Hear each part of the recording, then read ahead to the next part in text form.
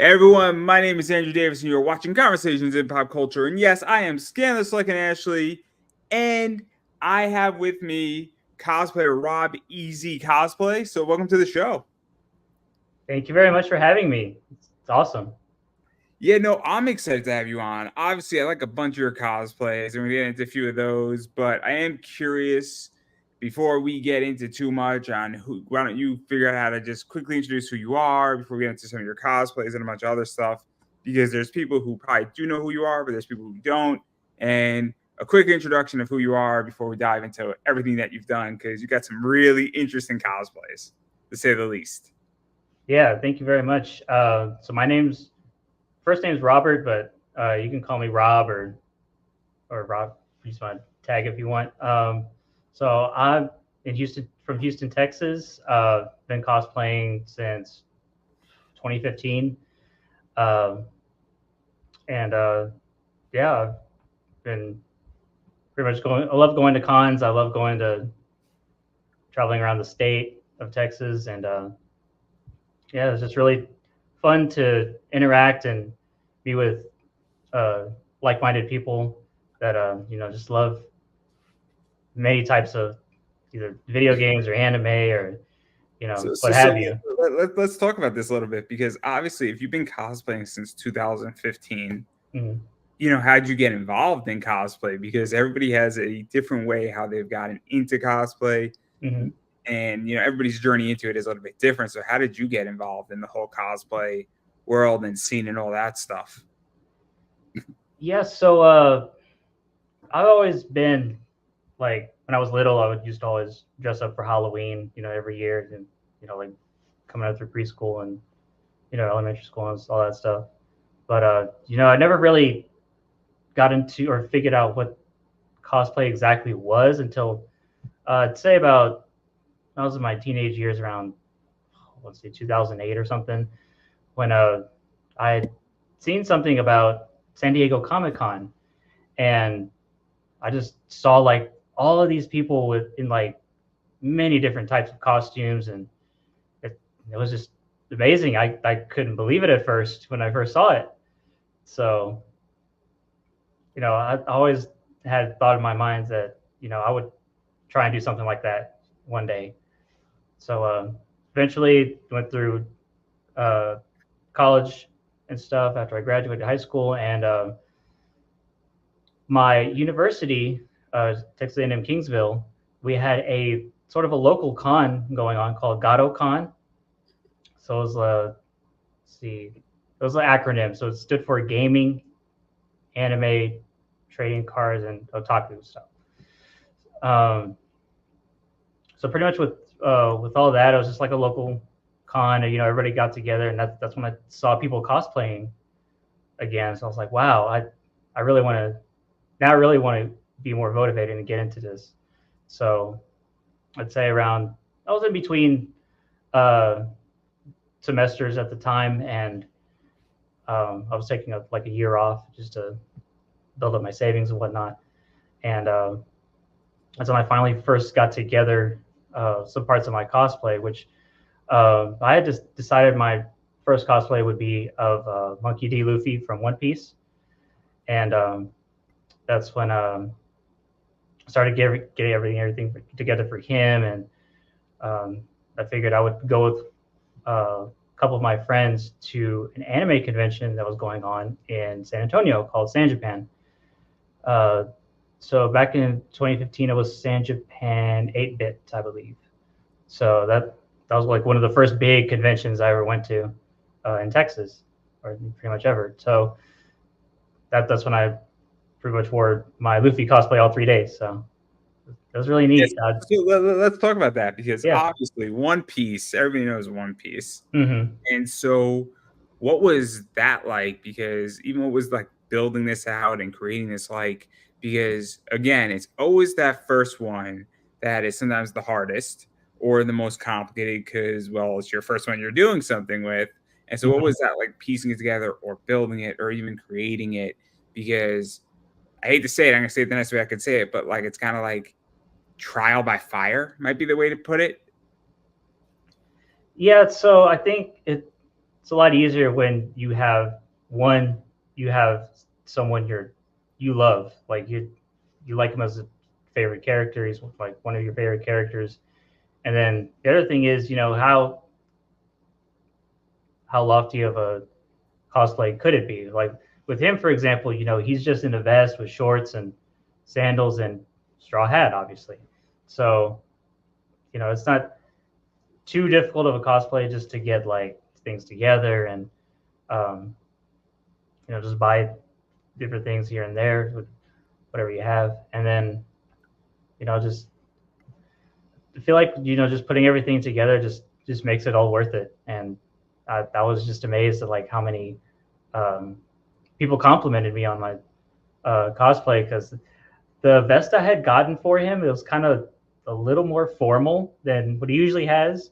So it's kind of interesting that people were talking, oh, he looks a little like a little more of a formal Luffy compared to he usually is. But yeah, it was pretty cool. Yeah, and obviously I want to talk about we're going to talk about a few other One Piece stuff you've done. You've done a Mm-hmm. bunch of anime stuff, but I am curious because obviously going beyond this first one, I mean, there's a lot of stuff in cosplay that's really interesting and tricky to navigate, and I'm curious how you navigate it, where balancing material costs, finding materials, balancing even, replacements for those material costs. Obviously, I don't know if you do wigs or you buy wigs or you style wigs, but that's a whole different skill. I am not a cosplayer. I have no desire to do it. It just seems really hard. It just seems really hard, and it's not for me to cosplay. But how do you handle all that? Because that stuff can add up to be really expensive. It could also be challenging, and it's also time. And then there's a whole massive debate. I know I'm throwing a lot at you in this question, but there's a whole massive debate also about building something yourself and then just buying it, Mm-hmm. because that's also because sometimes just buying something is cheaper than building it. So how do you figure out and handle all of that? I guess you just take it piece by piece. So like for example, this wig I have on right now, I just bought it. It just came with the Link cosplay I had originally from Meat Costumes, I think.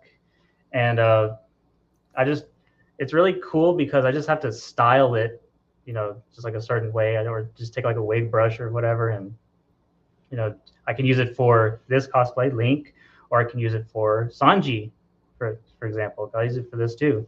So it all depends on um, what kind of wigs you get and how uh, creative you want to be as far as like reusing them or stuff like that. But I'd say going back to the cost, I really always try and find like good deals on the bundles and whatnot. I always try to find, what can I make myself, or what can I maintain myself, as opposed to well, I was have to end up buying it because I can't really mess with uh, foam or warbler or whatever. You know what I mean? So it honestly just depends on you.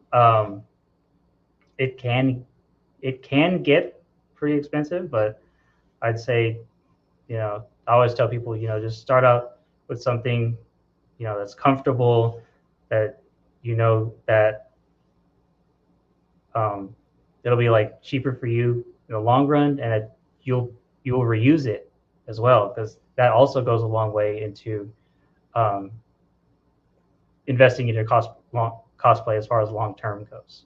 So. See, I find this interesting, right? Because, obviously I don't think it's a secret, as I was stating before, is that cosplay could be really, really expensive really quickly. Hmm. Um, and we've seen it, and then obviously even just figuring out how to navigate it, because anytime you do a hobby and you do anything of that nature, it just can be expensive. So I find that to be fascinating. And then also to go even further, I mean, there's also another debate that I'm curious versing, which is now I think in the forefront. It's functionality and Hmm. comfortability, I guess, is, if that's a word. If it's not, you don't know what I'm talking about, versus being, I guess, perfectly accurate. And how do you even balance that? Because your cosplays seem like they're comfortable, right? Hmm. And they seem like you can actually sit at a con in your cosplays. But I'm sure you've seen it. And I haven't been to a con in about 6 years, but when I was back doing cons 6, 7 years ago, there were cosplayers who couldn't sit down. And so, and I don't know if that, I think that's changed, but what is that like for you? Because your cosplays in particular relatively seem like you could sit down in them and not have to stand for 10 hours, for lack of a better word. Right, exactly. I always try and tell people, I always stress like, you want to be as comfortable as you possibly can be. I always try and go like, just to give you like a ballpark number, like 85% accurate with my cosplays. But the rest of the 15 can be just I have different shoes on, or I have different pants on, or stuff like that. Because I will use like some like my own clothing to help me feel more comfortable in it. And so yeah, not and since when you're in a con environment, you're also getting like at least 5,000 steps a day, maybe even way more than that. It's in some instances, depending on how much you're doing. So, So let me ask you this. Sorry to mhm. interrupt you, but I don't know if you compete in cosplay contests or you're just doing this because you just enjoy being a cosplayer. Because I think there is also a difference if you're competing on a stage and you're competing for real money and you're going out there trying to win 25, 50, $100,000. I think that's also a little bit different than if you're saying, hey, I just want to go to a con dressed as my favorite character. And does it really matter if you're just there to have a good time? If you're wearing blue pants that are more comfortable and the character wears green pants? Because at a certain point, I think that if your objective is to have fun and enjoy yourself and express your love for a character, I don't think that so much of color variation of a slight is going to change the difference. Right, If you think I'm wrong, tell me I'm wrong. Please tell me I'm wrong if I am. But like that's how I view it, right? But if you're in a contest, it doesn't really matter if you're uncomfortable because you gotta fucking do it and you want to win. right, exactly. Yeah, there's definitely a difference uh, when it comes to cosplay contests of that magnitude with with all the judging, all the prejudging stuff you have to do, making a binder and all that, and then also like you know the performance aspect of it as well. If you do that, um, no. So me personally, I haven't done any like official cosplay contests at like bigger cons and stuff like that. I just done like small little contests here and there. It's not too big of a deal. But mainly, I'm just there to have fun. That's my first and foremost thing when it comes to cosplay, just having fun with it, and just getting to interact with so many different kinds of people, and uh, that's what makes a con for me. Pretty much at anything else that's going on, and pretty much I think as far as like also like characters that also like you're able to customize your look. Like take like a Pokemon trainer, for example. You can in the later generations you can customize your appearance, the boy and the girl. So you can buy the same thing, like custom. You can either go like your default outfit, like what they you can get like in a package deal online or something, or you can find some pieces on your own to make yourself and express yourself a little bit differently. So it just depends on you. Yeah, that's fascinating. So anyway, I want to dive into some of your cosplays because you've done a bunch, and you already Oh mentioned yeah. Luffy, and you already mentioned Luffy. So this is your Luffy, I think. Mm-hmm. As soon as it uploads, I think that's your Luffy. And so we spoke about that one. And then you've done a few others where you've done obviously CP, I think nine or zeros. Rob, I forget his last name, how to pronounce his last name, Yeah, but Rob Lucci. Lucci. And obviously he came back in One Piece. And Mm-hmm. that was fun to see him back in One Piece Oh after the yeah. whole CP9 and CP0 arcs. So, what's the story behind this one though? Because obviously he's a bad guy, but he's not necessarily a bad guy per se. Like One Piece is so weird. There's no real villain in One Piece. It's like it's mind-boggling. Everybody's a villain, and everybody's not. It's all just kind of like real life, huh? well, One Yeah. Piece is the gift that keeps on giving, right? Hmm. It's like Naruto, right? It just keeps on giving. It's I, I don't know why they're ending One Piece anytime soon. Oh, it'll take a But while for it to get there, but yeah. but but but I digress. So what's the story behind that cosplay? Because it's a well-known character, and Hmm. I don't know when you exactly did that one, but obviously he's back in One Piece for a little bit. Hmm. Yeah, so that particular picture I did was in 2018. The previous year before that, I also went as Rob Lucci, but I had like had a slightly worse wig and top hat, so I didn't really like it as much. I still had fun, obviously, but I felt a lot more confident this time around with that picture you showed. So that was from a photo shoot I had done from another cosplayer, and I guess like the inspiration for it, I always wanted to being a villain character is kind of fun in its own way because you have a little more freedom, I'd say. Like you're not really held back by trying to be a hero. You know what I mean? Like um, you can pretty much do what you want to do as far as that goes, and be express yourself as that character. So like like you said, it's like a little complicated with One Piece because most of the characters are complex in their own way. Like Oda does such a great job of you know fleshing out like each different parts of their character by putting them in these different situations that challenge them, and it's really awesome to you know have so many complex characters you can draw from. Of course, One Piece has so many, so it just keeps growing. So and then you also did Sanji, Hmm. which is cool right here. So you did him as well, Hmm. and that's similar in certain respects, I would imagine, to building the Rob cosplay, the Rob Lucci cosplay, but it's also very different Hmm. as well. So what was that like? Because obviously Sanji is well known and is one of the mains, and it's One Piece still. So what Yeah. was this one like? Yeah, so for that one, I had used the same suit, but I bought like a set of buttons, I think at some hobby store, and then I sewed it on myself, and then I had the same pants on, and then I also reused this wig that I originally got for Link.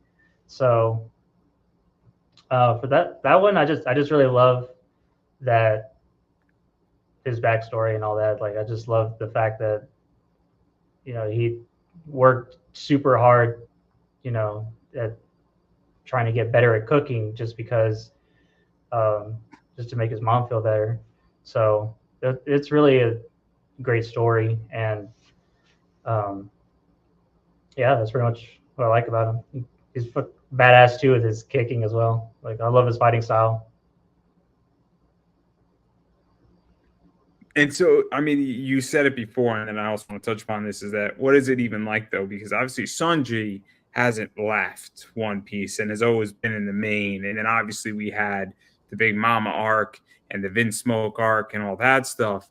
And so, what is that like for you with Sanji? But then also, as I was stating with Rob Lucci, obviously this whole thing, not with the Vegapunk stuff and everything that went on. And I don't want to ruin too much, but obviously Rob Lucci kind of came back in. So what is that like for you? Because One Piece is one of those shows that just keeps on giving. And there's a few others. There's a few others that we're going to talk about. Sailormoon's another one. Naruto's another one. To some degree, Bleach. We've done some stuff from Bleach is also somewhat on and off. But what is that like when you have a character, then they disappear out of the show for a while, and then they're back in, or they get a main spotlight? Because it's kind of, I would imagine, weird for you to some degree. He's like, oh snap, Sanji now is not the main of One Piece, but he's a little bit more in the center. Yeah, so I mean, I don't really find it a big deal because a lot of people nowadays, especially like even if they just barely got into One Piece through like the Netflix series or they just started, watching episodes on Crunchyroll or whatnot.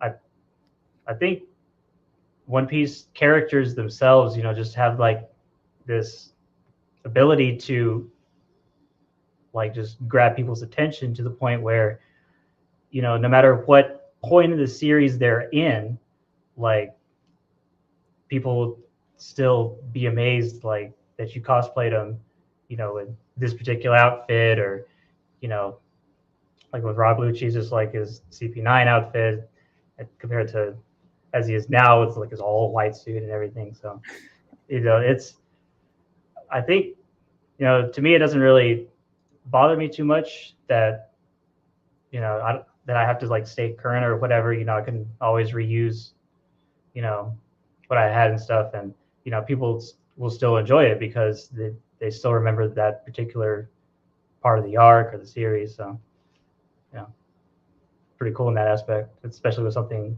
as large as popular as One Piece. And then obviously jumping to another one, and I kind of tease it a little bit. It's Naruto stuff, and no, that's still Sanji. That's still Sanji. I want to make this crystal clear. That's still Sanji.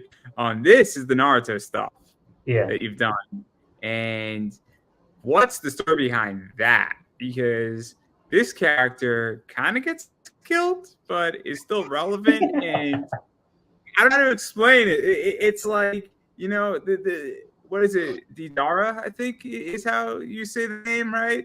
And we don't know exactly what Didara is exactly either, but it's like, and it's just like, but like, what is that like? Because again, though, I mean, it's a very pivotal moment in Naruto because it's kind of the first major villain of the second half of Naruto.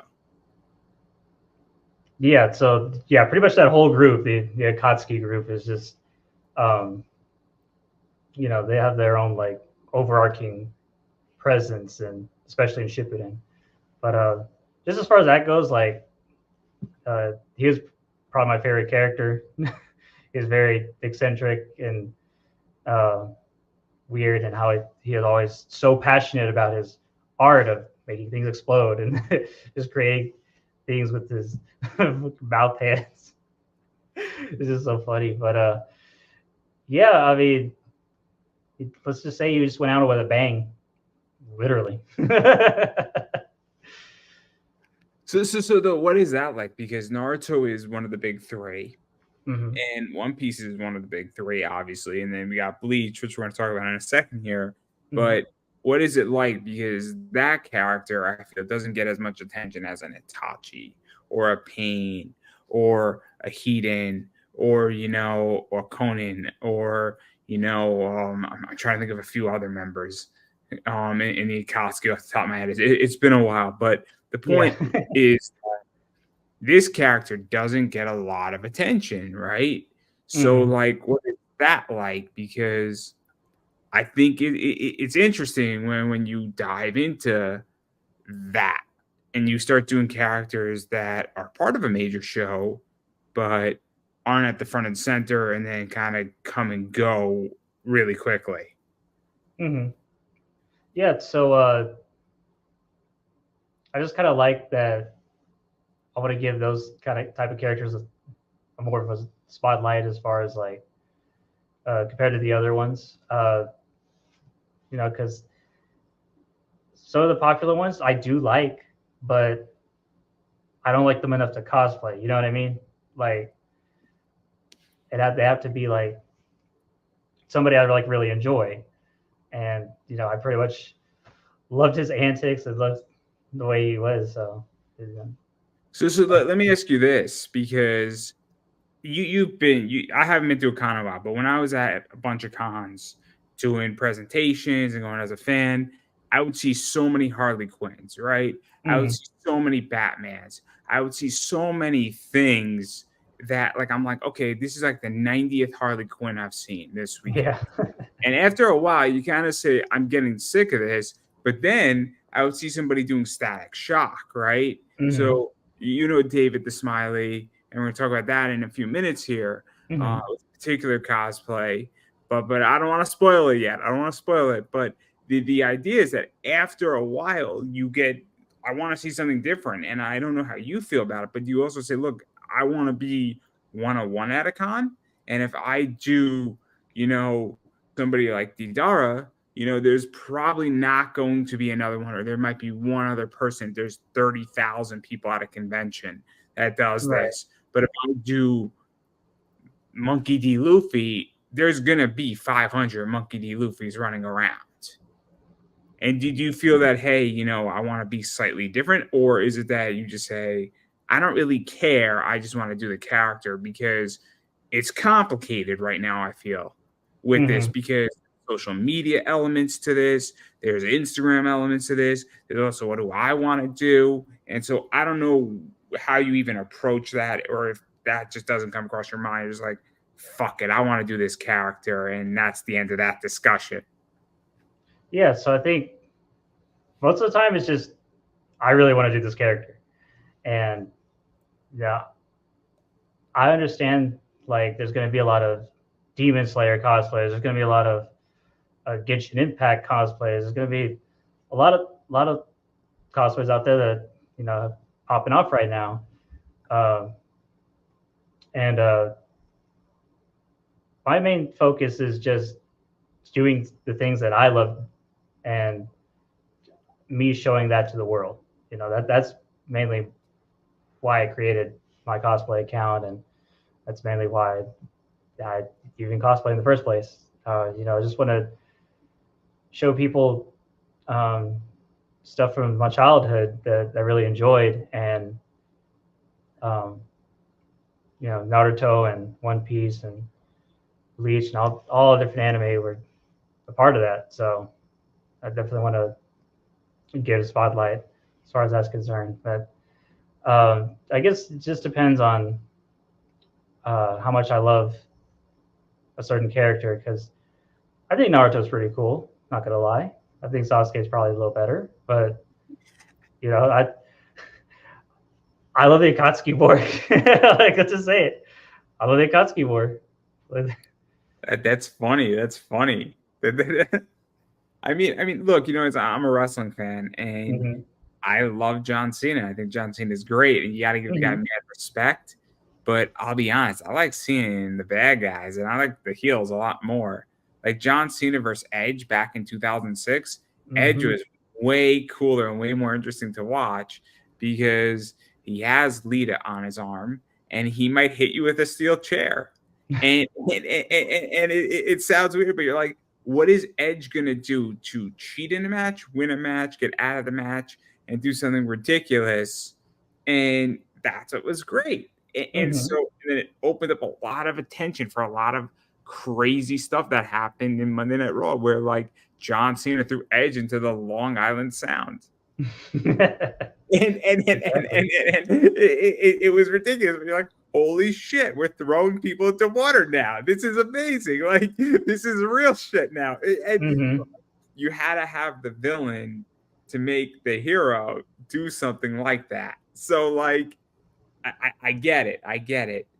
But speaking about heroes who look like villains, we got to talk about this one. Mm-hmm. Because I think he's a good guy, right? Mm. You could say that. Technically speaking, he in the first arc of Bleach when they invade, right? He's a Mm-hmm. bad guy, right? Right. Yes. But then after that first arc, he's a good guy afterwards. I mean, this whole society is not anymore bad after that first arc of Bleach, right? Right. Yeah. And he's like the research and development guy, I think. Like Yes. is he the 13th captain or is he like the 11th captain? I forget which. No, he's the 12th one. So he's the 12th one. So Mm-hmm. I mean, technically he's a good guy, right? He's a hero technically, but What's the whole story behind this? Because I don't see many of these cosplays around. I don't even see many of them on the Instagram and the internet. So what's the story behind this? Because this is way off the beaten path, even though it's Bleach. Yeah, yeah. My ear is definitely out there, but I always liked, the mad scientist type of characters. I thought they were pretty funny, and you know, I like science, so I thought it was like sort of a match made in heaven, where you have somebody like him who always always has a backup plan for a backup plan in a fight. He just does these out there experiments that ends up helping him in the long run. Uh, and he just has these wild looks with him that, that you just can't help but pay attention. So I guess as far as that goes, like that's one of the reasons why I love Mayuri is because he's way different compared to every other captain because every other captain just has the same clothing, the same takama and all that, but he's different because So even to talk he about that gets to make cosplay the fun. too, because this cosplay is also probably the most different from all your other ones. Mm-hmm.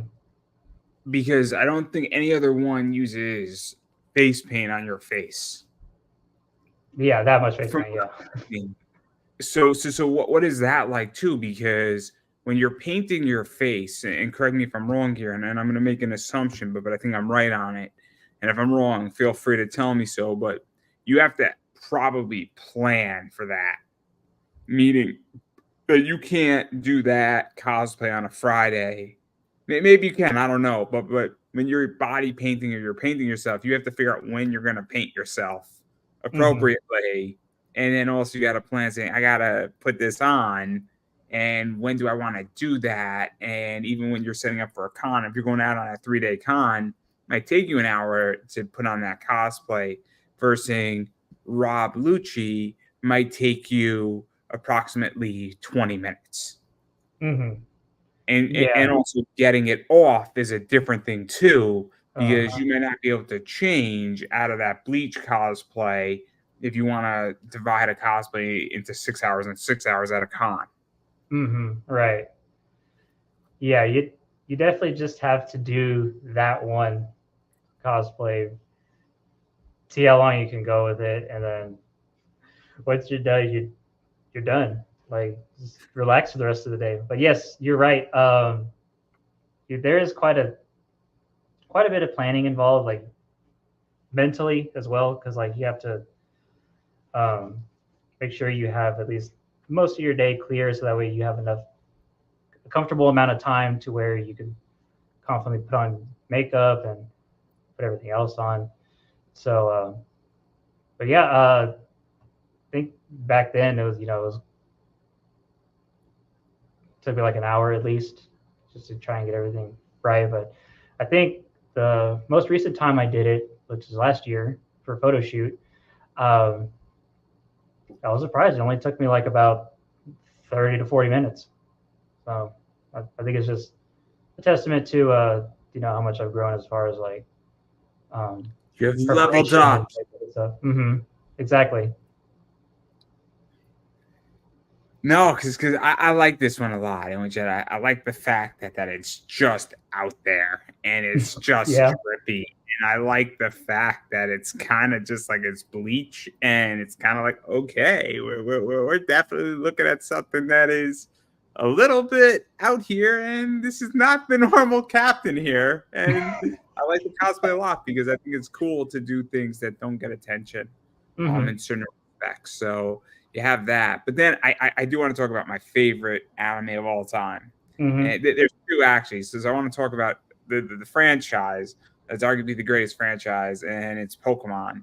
And you've done James. Mm-hmm. So you've done this James. I think this is James, right? Yeah, it's just James in the maid outfit. Yeah. There are funny ones. There are funny episodes with Uh-huh. James in a bikini, and then you see Misty's face, and That episode is one of the greatest episodes, and it was technically banned from, I think, airing in the United States. Mm-hmm. Yep. I put up a meme of that where I said, and it said, it had Misty in like a captioning, "Yours are bigger than mine." And Yeah. it's on Instagram. It's on my Instagram, and it's great. And it got so many likes, and it's just, I thought it was funny. I thought it Mm-hmm. was funny. I still think it's funny because it's a ridiculous position. But so what's the story behind the James stuff? Because that's not the only ones you've done a traditional Team Rocket. I think you did the black, Team Rocket, not the white shirt, but the black shirt. And Mm-hmm. obviously, everybody knows these characters. Everybody knows these characters. And so, what is that like? Because who doesn't want to do Pokemon in some fashion?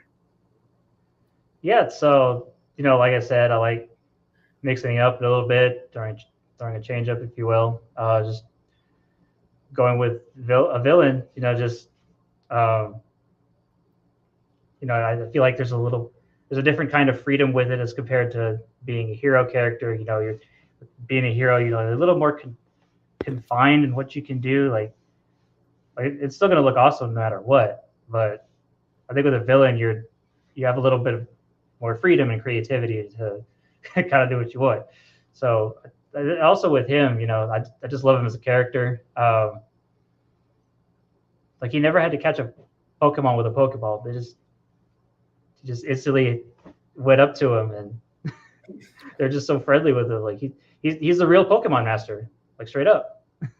Like he's the real Pokemon master, and also like his backstory as well. How he just came from like a rich family, and he was just bored. Like he wanted to go see the outside world and you know do it with Pokemon, but he just wasn't able to. His parents just kept sheltering him. So yeah, yeah, I just pretty much love him as a character as far as that goes, and just love his interactions with Jesse and Meowth and all that. So Do you also feel that with James and in particular in cosplay, you can do this more of him in sort of, I guess, I don't know the jacket type, but him holding a rose. You could do him mhm. in his traditional version, but then you could also do the maid outfit of James when he's doing the maid outfit. You could do him in, more of the black thing. You could probably do a mashup of him in something. And Mhm. you feel that, like, because there's certain, I feel, characters that you could do mashups with and you could have a lot more freedom with. And really, James can be anything. I mean, you could have a magic carpet sitting on James's head, and then you could have a hat of a magic carp, and like that's a whole variation. And same thing with Jesse, same thing with Meowth.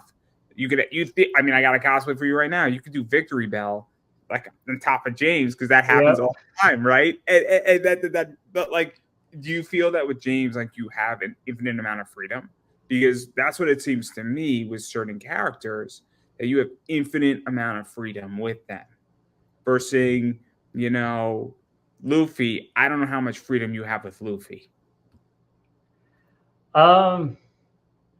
Well, I don't want to get too spoilery with Freedom and Luffy, but yeah. No, no, no, no. I mean to the point where you can't do Luffy wearing a Magikarp hat.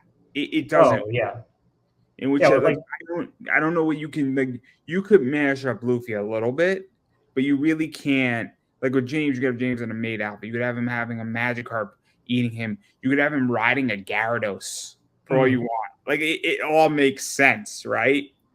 Yeah, he's definitely more creative when it comes to like props and stuff. And I have a Marini plush I use as well that I'll carry around sometimes, and I'll have it sticking up all of the tentacles on his face. So it's pretty funny. So that I was just curious at how you view that, because that because to me it's just you have a lot of maneuverability, I guess, for lack of Hmm. a better word. But I don't want to ruin too much about James because I do want to talk about this Hmm. because what is this, Rose Raid? Yes, this is a Roserade Gijinka. So what's the story behind this? Because I thought Rose Raid is a somewhat female Pokemon. I think they can only be female. I could be wrong on that. it's been a while since I've done my Pokemon, degree, for lack of a Mhm. better word. But Yeah. this is definitely making it, a human, and it got like the suit and everything. And so, like, where did this idea even come from? Because it's so interesting when people do this with Pokemon and then make them into like the human stuff and the Jajinkas and all that stuff. So, like, how did this come about? Yeah, so I always loved like Roserade's design, and there's also male and female variations as well. Just the female one has a longer cape than the male one does, but It was about I, the cape, wasn't it? That's what yes, it was about.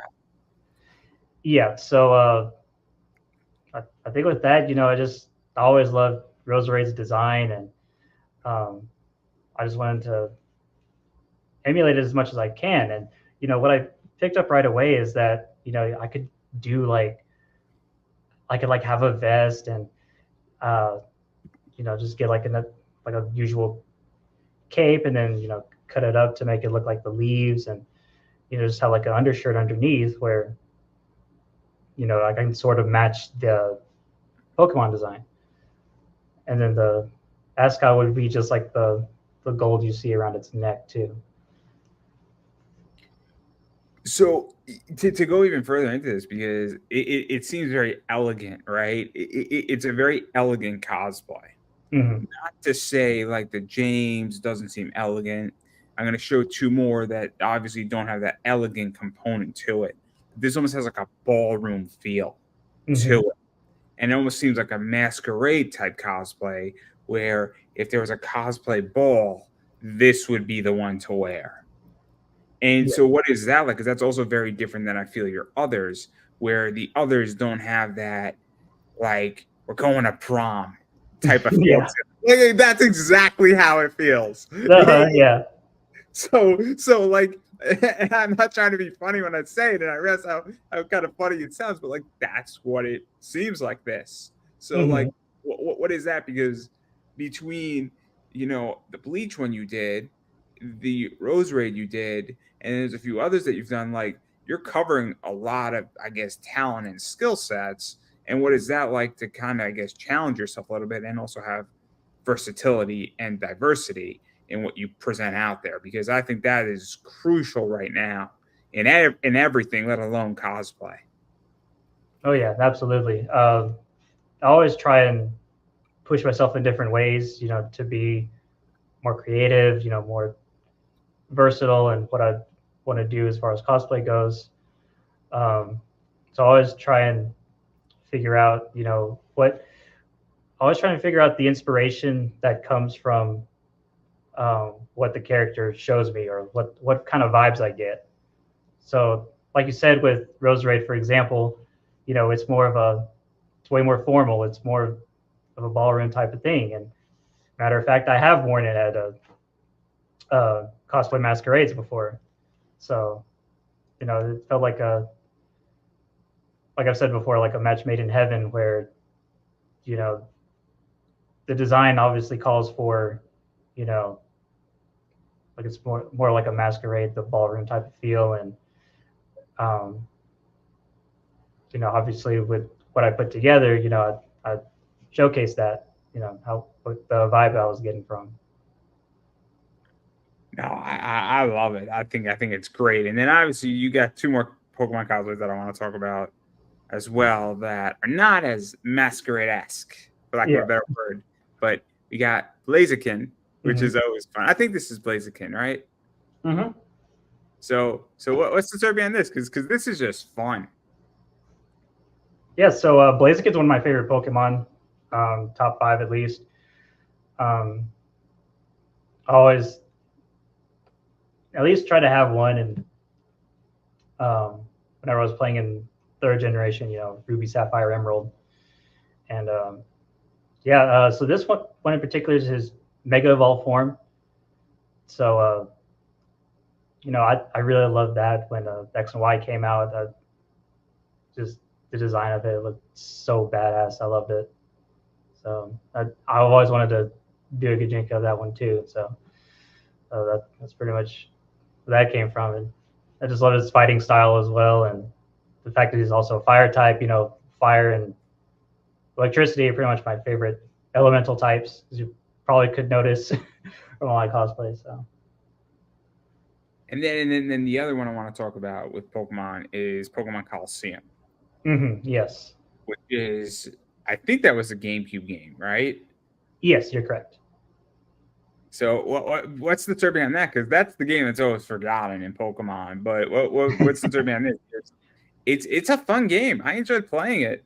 I really enjoyed playing it. Yeah, so this Pokemon Coliseum and XD are probably both of my favorite spin-off Pokemon games. I just really loved what they were doing as far as like Shadow Pokemon go, just the concept of, changing their tainted heart into purifying it. And also you were also able to use like different Pokemon that you weren't able to use in, the rest of the Gen 3 games, because it came out around the same time as Gen 3. So, you had like some Johto Pokemon like Coliseum, and then you also had some Kanto Pokemon being brought back, some of them in Pokemon XD. So just with but going back to Pokemon Coliseum's main character, I just loved his design. He's badass, and he was so radically different compared to all the other, types of Pokemon trainers we've seen so far, where they're preteen or young adult characters, and you have somebody like this that's out of nowhere he's like a badass character. It's not suddenly not a happy-go-lucky, I'm gonna catch Pokemon, it's gonna be a great time. But yeah.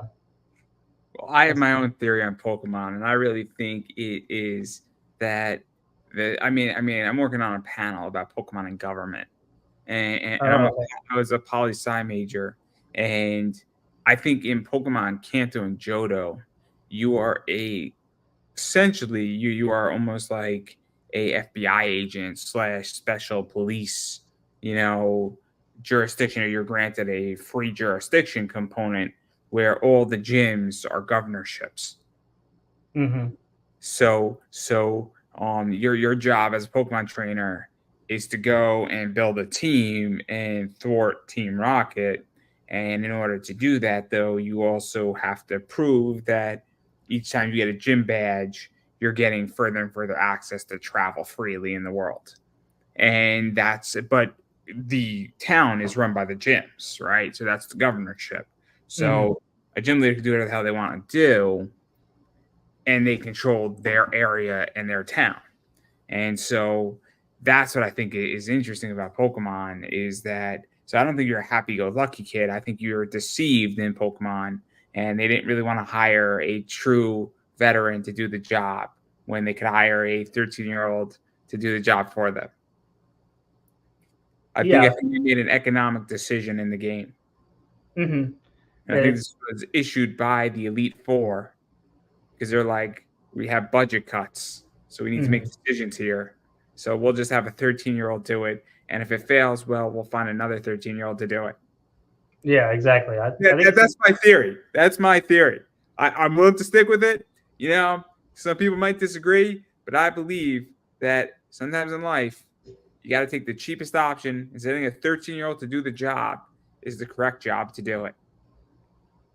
Yeah, I think it invites that interesting juxtaposition every time that, you have all this powerful criminal organization, and you have many different types of, I'd say, leaders or mentors that, could do the job, but they don't want to do it. So, but in comes this young kid that, just has a badass team and wipes everybody. I think it's about economics, right? Because what I think it's about is that if you were to send in an elite team to do the job here, what you would have to do is you would have to pay them well. I just don't think the Elite Four has the money to authorize this, and I think Professor Oak is a cheap bastard. That's what I think. So rather than basically say, hey, we'll give you $100,000 to defeat Team Rocket, here's a Squirtle, go have fun. Yeah. That's what I think it is. I think it's all about the money, And I think that they all came up with a plan, and I think it's a conspiracy theory. And I have no problem defending this position. And then the real conspiracy theory is they did it again in Johto. They did it Uh-huh. again in Johto.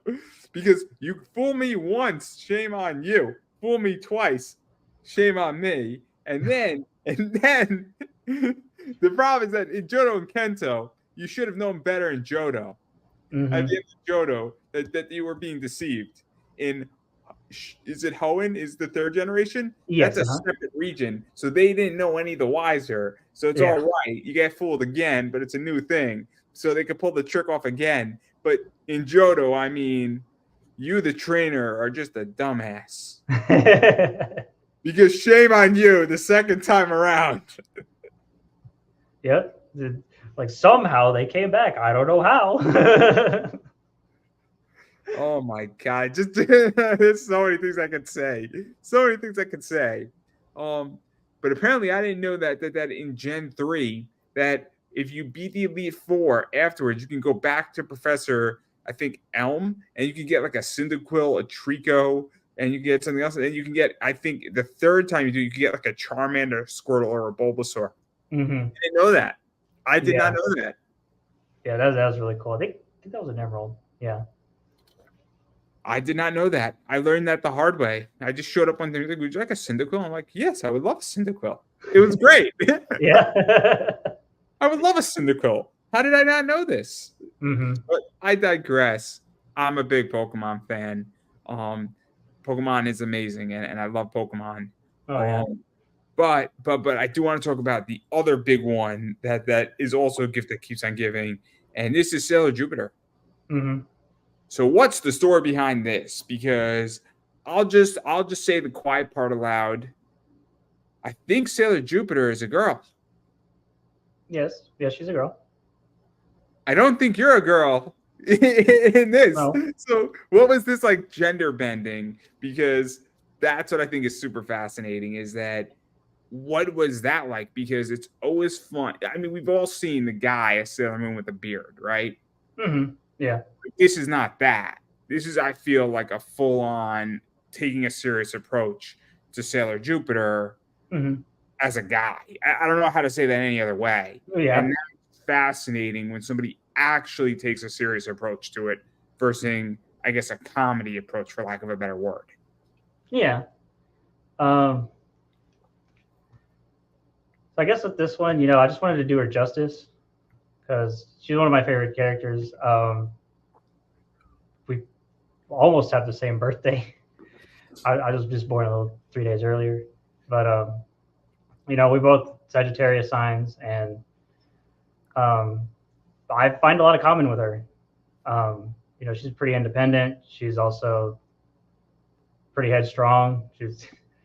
She works on instinct, but she's also very caring and kind, especially when it comes with her friends. So I think in that aspect, I just wanted to, like I always said, like 85% is like what I want to go for as far as anything is concerned. Was like for cosplay, and then the 50%, 15% can be like for wearing more comfortable shoes. Because I'll tell you, the heels suck. Like I am gonna sugarcoat it. I have it's never a lot to get used to. I've never worn heels. Mm-hmm. I like looking at my significant other in heels, and she looks Mm-hmm. great, and she knows the heels I like her to wear, and I understand that she's making a sacrifice for me, so I understand full well, but she's a killer in heels. Mm-hmm. So, but I can imagine that heels are not fun. I can imagine. But what is that like though? Because it is kind of cool though. What was the reception like? Because I'm gonna say this nicest way is that if I didn't know and your Instagram didn't say he him, and I just saw this randomly, I might, if I was quickly glancing, be like, oh, this is a female cosplayer doing it, right? Mm-hmm. Like, I mean, if you look close enough, you're gonna figure it out. not to get like too like into the weeds on this, but like in a quick glance, you're like, holy shit, like this could be a female cosplayer. And Mhm. so, what is that like? Because that I think is really interesting when you start diving into things like that. Yeah. So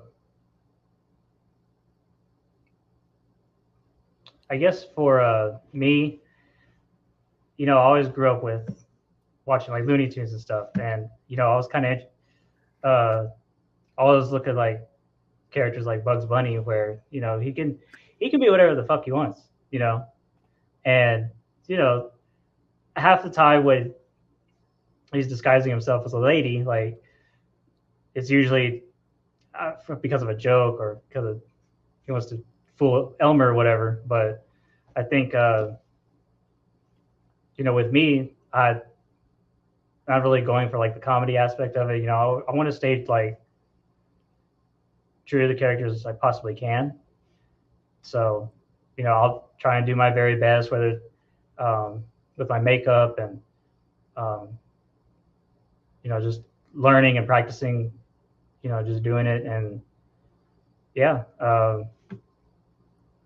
just want to, I just want to be a badass lady. That's pretty much it.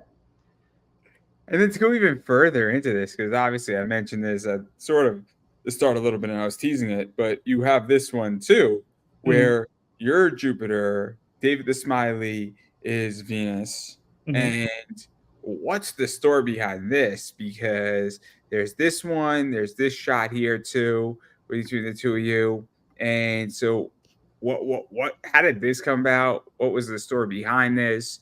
Doing both, Venus and Jupiter. I don't know if there was another two or three people involved, but even still, it's kind of cool that you're both doing Sailor Moon and you're Mm-hmm. gender bending. And yeah, I like, what's the story? Because that's what you all want to know. Yeah. So when I had done my uh, cosplay by myself as Sailor Jupiter, um, I posted it on Instagram and post post one of my edits.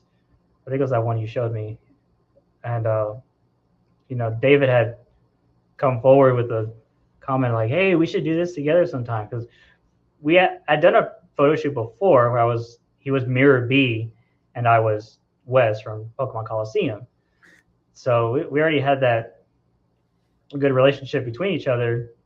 We're like, hey, we could just go to the studio in Houston and do a photo shoot together. So um, I noticed that he was really interested in Sailor Moon as well. I loved his Sailor Venus cosplay, and you know, I just flat asked him one day in a DM. I was like, "Hey, do you want to do a Jupiter and a Venus cosplay photo shoot together?" And he was like, "Yeah, sure." So um, that's pretty much how that came about.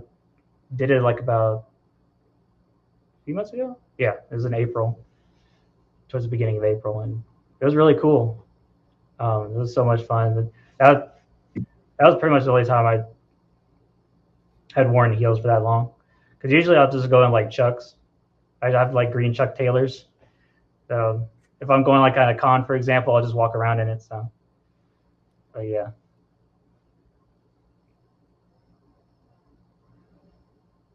So many things I could say. So, but even going a little bit further into that too. I mean, what has been the reception of that online? Because again, I think this is one of the more interesting cosplays you've done Mm-hmm. because it is Sailor Moon. It's not necessarily a comedy thing. It's meant to, and it is, I think, taken seriously, and I think it's Mm-hmm. taken respectfully, and I think it's really interesting because we usually see girls cosplaying guys. It's Mm-hmm. rare to see it the other way around and see it done well the other way around. Doesn't Mm-hmm. mean that it can be done, but this is an example of where it's really well done. And so what Mm-hmm. is that like too? Because and how has that been received? Because again, as I stated, you're scrolling fast enough through this or there's no context. Like, oh, cool. Especially yours, you know, and that Sailor Jupiter, it's like, oh snap! Like I hate to use the word passable, but it's passable, right? Yeah. I think he's the only like I'm trying to not be I'm trying to be politically correct here. Yeah. It's Yeah. different, but like it's a passable position. Hmm. So like, and so how has it been received online though? Because I hate to say it, the internet can be a fucked up place.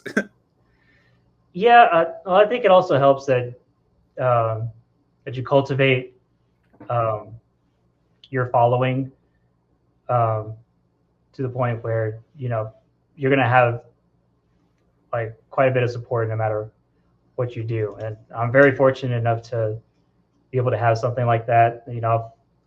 I've been like inspired by other uh, like cross players that will do like male to female um, cosplays, like princess cosplays and stuff like that. So, um, I've always been inspired by that, and then also just I think the following I have, just um, they're very open and receptive, and you know, they just see me having fun. They see me becoming this badass character, or many others that I post online, and you know, people see the joy I have, and I think that's like one of the best things about doing like Sailor Jupiter or Daisy, or a lot of the other ones that have popped off, so to speak. That I bring myself through that character. You know what I mean? So I think And then it's really awesome. you mentioned it, so let's talk about Daisy. So we have Mhm. Daisy here. We got Daisy here. We got this Daisy, Mhm. and we got my favorite Daisy. So how do you feel about Peach? Peach is all right. I'm She's all right. sorry. It was just too easy of a target. I'm sorry. Yeah, yeah. That's It a was fair just too question. easy. I'm sorry. It was just too easy. But I could have gone with. You want to go to a mansion next? I wish they would put her in Luigi's Mansion. Like that would have been great, especially for Oh like my the third god. game. Like, So many things could have been said.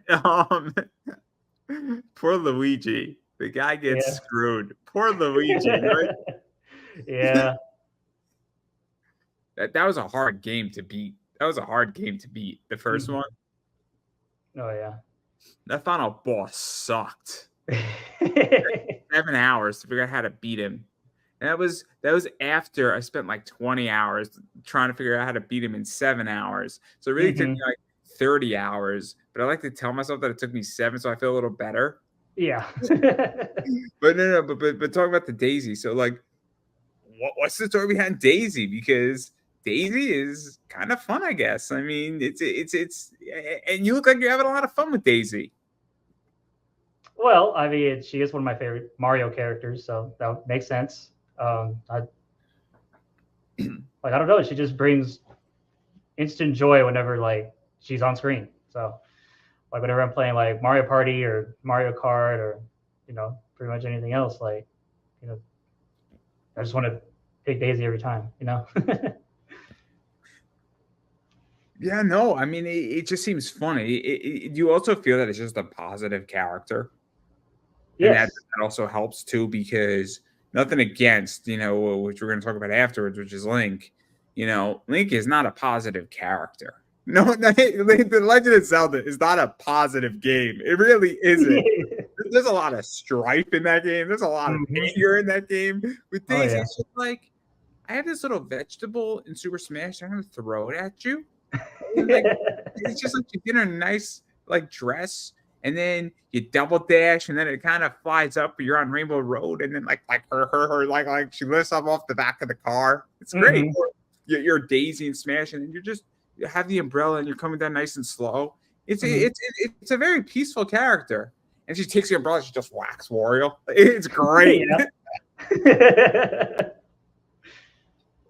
I have a very different way how I play Super Smash Brothers than most people, but not the point here. But like, do you feel that it's just like such a positive character that it's just kind of like I'm gonna be Daisy and we're gonna have a fun con, and I'm a Mario princess today. Hmm. Yeah, I just love her enthusiasm. I just love like um, she just comes at everything with excitement. Like whenever you're playing like Mario Wonder, for example, she's like you get like instantly makes the game that much more fun just because she's on the screen. But I did cosplayer recently at a San Japan this past couple weeks ago, and that was so much fun. It was very well received by a lot of people, and was able to do a photo shoot in the morning too, so that was awesome. So what is that like? Because I don't know how many daisies are out there. And so I don't know if Daisy is a popular cosplay that happens or if you're the only Daisy out there. Because I know there's sometimes I've seen, I think you have a few photos with some Princess Peaches and some stuff, but like, again, and I'm going to say this the nicest way I could say it, but Daisy does not come at the top of the cosplay list for me in Yeah, this whole Marvel realm. And so what is that like? Because it's kind I would imagine it's nice to if you find a Mario group and they have a Koopa, they have a Mario, they have a Luigi, they have a Wario, and then they don't have a Daisy. yeah. So I mean, I definitely say Peach is a little more popular.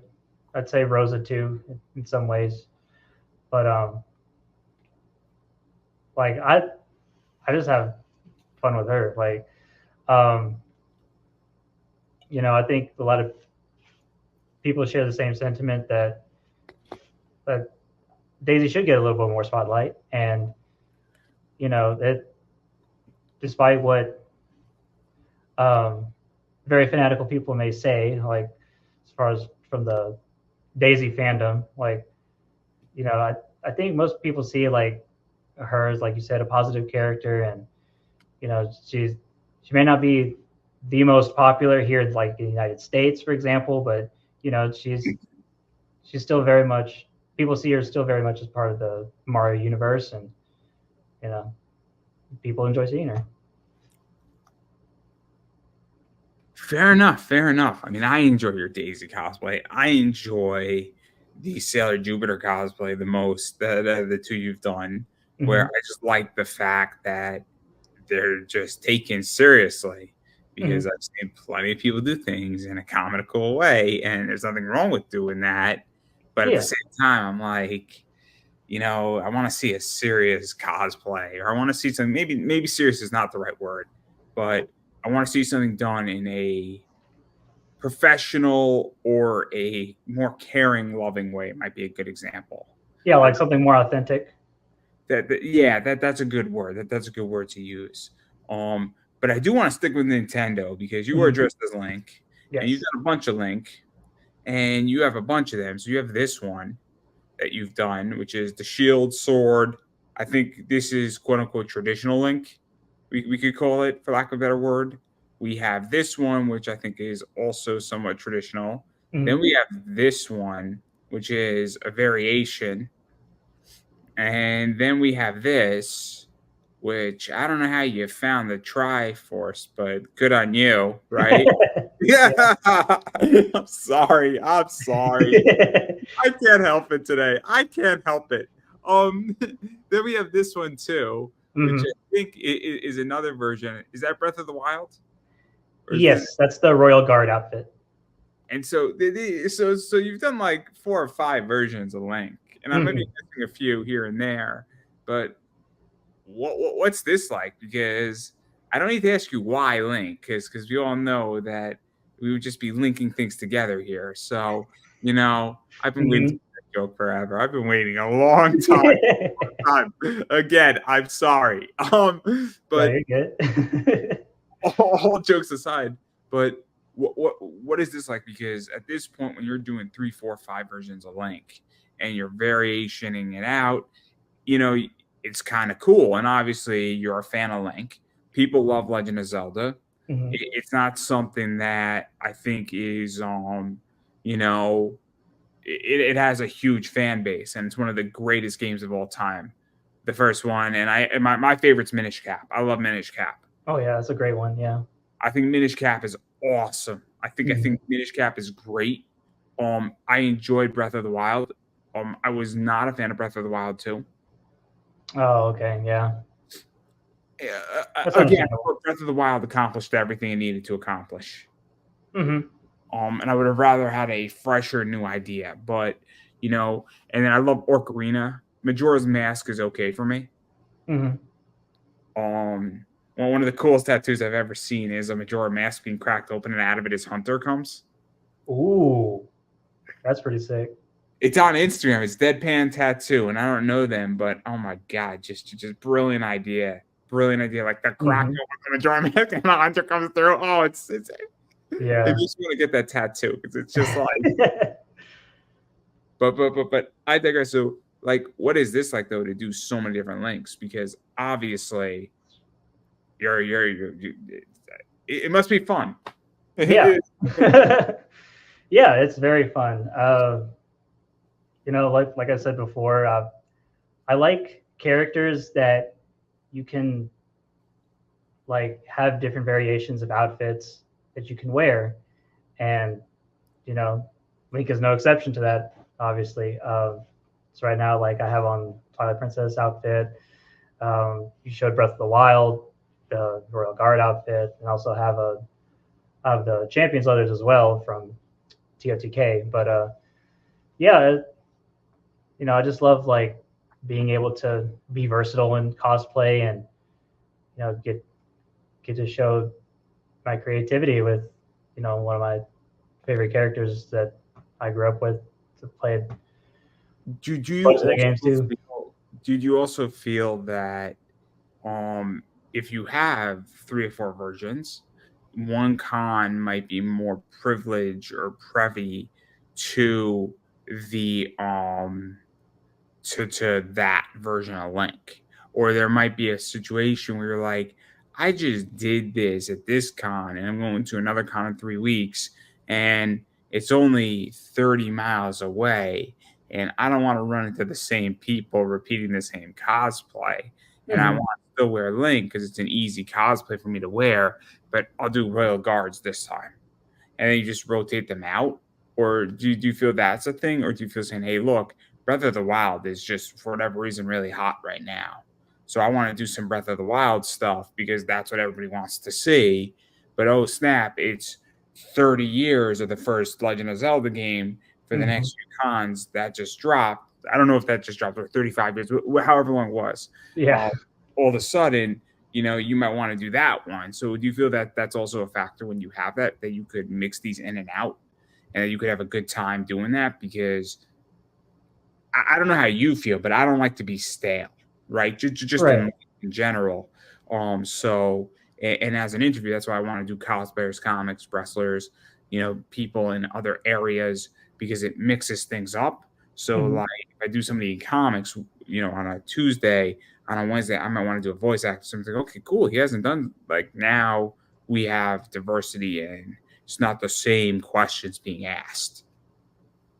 Right. So yeah, I definitely trying to mix things up myself. Definitely have like a wide variety of interests, and I guess it just depends on one, the weather, and two, the I guess whatever I feel like, what I'm in the mood for. Um, so last time I wore a Link cosplay was actually at Anime Frontier, uh, in December of last year. So that was really fun. I got to do a photo shoot with a cosplay friend, and she was Zelda, and it was awesome. We got to shoot at the Fort Worth Water Gardens, and that was a crazy trying to go down all the steps in my cosplay boots. Just trying not to slip and fall into the water. So that's kind of crazy, but that was really fun. I really enjoyed it, and So uh, what is that like? Because obviously you've done shoots in a studio, but then what about doing shoots on the fly? Because I've interviewed some top cosplayers that are doing shoots on the beach, and they're doing things like Katsucon, and then they're also doing some other stuff out there, and it's also like freezing cold in the snow. And so, like, what is that like to figure out that, and doing something at a con or in a location and an improv location versus doing something in a studio? Because I think the stuff you did with David the Smiley was in a studio. I don't think Yes. that was necessarily in the middle of, oh my God, there's like a water fountain going down steps and not trying to fall in the water and all sorts of stuff. Yeah. Like, what, because I would imagine those are two different experiences. And also, if you're at a con and you're working with a photographer, that's also very different as well, because a studio photographer and a con photographer are two completely different beasts. Right. Mm-hmm. Yeah. So I guess it just depends.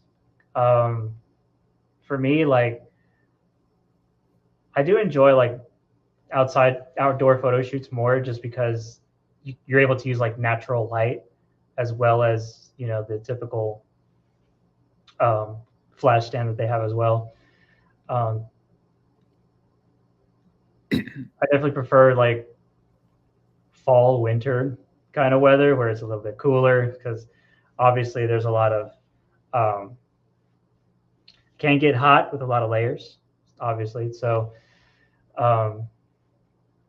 but I mean, that in the summers, it's like not too big a deal, but I do want to be as comfortable as I possibly can. Drink a lot of water before and during and after, and just try and keep cool. It's the best as you can in the Texas heat.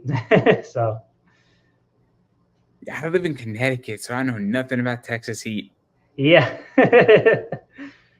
I live in New England, and I lived in New York, and I lived in New England, and I lived in DC, and I love living in DC because in October it's like 65, 68 degrees, and you can walk in shorts out, and I could still go to the bar. Walking down the street where I was at, there was like a local bar down like the street, the local pub, and October you could sit outside, and it's absolutely wonderful, absolutely. But but I digress. But I sympathize completely. And then there's some other stuff you've done. I think this is Legend of Zelda stuff. Yes, that's a side on. And so yeah. So what's the story between these? Because I don't know how you did. I don't know how you held your breath in that photo. I think Photoshop helped a little bit with that one, but yeah. You should have been like, you don't understand, Andrew. I had to train for this. I had to prepare for this. The amount of work that went into this shot. I had to waterproof the cosplay. I mean, the amount of training that I did would have put NASA to shame. Nah, I don't want to gaslight you too hard when it comes to that, but yeah. Yeah, just like Sidon's one of my favorite characters in Breath of the Wild, and I always had a dream of being a Zora. Initially I had dreams of being like Zora Link from Majora's Mask, and wanting to do that cosplay, but I just really couldn't figure out how to do it without like commissioning it at some point. So it's still a dream of mine, of course, but the more feasible one I could do was commissioning someone to make me a Sidon cosplay, because like I said, I just wanted to be a Zora because I thought they were really cool, and they can easily swim and whatnot, and so yeah. So let's actually talk about that too, because if you're commissioning something, and this is, I think, what's really interesting is that I don't think there's anything wrong with commissioning anything.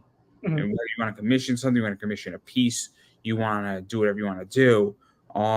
I mean, I'm in the process, and eventually, when things subside in my business and it cools off a little bit, I want to commission, not necessarily for cosplay, but I want to commission a P9, a Hunks gun from Resident Evil, because I absolutely love it, and I want like a real like expensive 3D printing of that gun. Yeah. because that thing is just sick. Like I want one that looks like it's real. Yeah. Oh my god, I have no problem spending real money on it. I don't know how much it'll cost, but I have an idea of how much I'm willing to spend on it. Um, Hmm. but because I just think it'll be a sick piece just to put on my like mantle. And people are like, dude, what the fuck, man? You have a fake weapon wall? Like, what's wrong with you? Yeah. It'll be sick. Oh, dude, you ever look at me like, dude, like, what's up with your podcast studio? Like, you have all these guns that are not real on your wall. Like, Hmm. but because I can't I wouldn't even know where to 3D print that. I don't even know how to do that, but I'll just hire somebody to do it. But like, what is that like? Because I think commissioning something though is still a skill. You have to know your body type, you have to know your body measurements, you have to know how something's going to fit. You have to have an idea what you want. I mean, I think you need to tell somebody saying, "Hey, look, I want this cosplay, and I want Hmm. it to be wearable." And I mean, so I think that's a skill, right? I had a cosplay built for me and tailored to me Hmm. when I was doing it, and I wore it like 3 or 4 times, and it ran me like 120, right? But they tailored it to me to my size, and Hmm. it was cool, and it was awesome because I fit into it. I mean, I don't fit into it anymore. I'm a little bit bigger now, but not the point. But what is that like? Because I think that's an art that might be forgotten when you go out and you commission things. Yeah. So, yeah, you definitely have to uh, work with them, throughout the whole process. Like, communication is key. You got to make sure you know, you take every measurement that you can, or that you're able to, get yourself a body or fashion tape measure, and you know, make sure you take everything that they ask for or need as far as like cosplay goes, whether it's like a full suit or just like an outfit like this. Um, and make it also helps to like plan out what you want exactly. That's the thing with like with the Zora link that I was thinking of, because I didn't really know like how to articulate it. You know what I mean? But with Sidon, it's a little bit easier for me to do right away because you have like a 3D reference, you have like all um, with your body measurements and stuff. Uh, so yeah, I think communication with the commissioner is very important. Whether you're doing like a weapon or costume, make sure that you get what you want. Make sure you communicate with them in a respectful manner, of course. And It's interesting, right? Not to mhm, interrupt you, but so I've hired editors, right? I've hired people, right? If I yeah, go out and I've hired people to do commissions and some other stuff for me on comic covers, I'll tell somebody relatively what I want, right? So I think it's a real issue when because people forget that I'm the customer, and if I'm to go and I'm in the comic world, and so if I'm to go build my own variant, if I don't like the cover, I hate to say this, I understand that you put effort and time into it, but I'm the paying client. And mhm, if you're the commissioner, I mean, you're the paying client, unless I'm wrong here.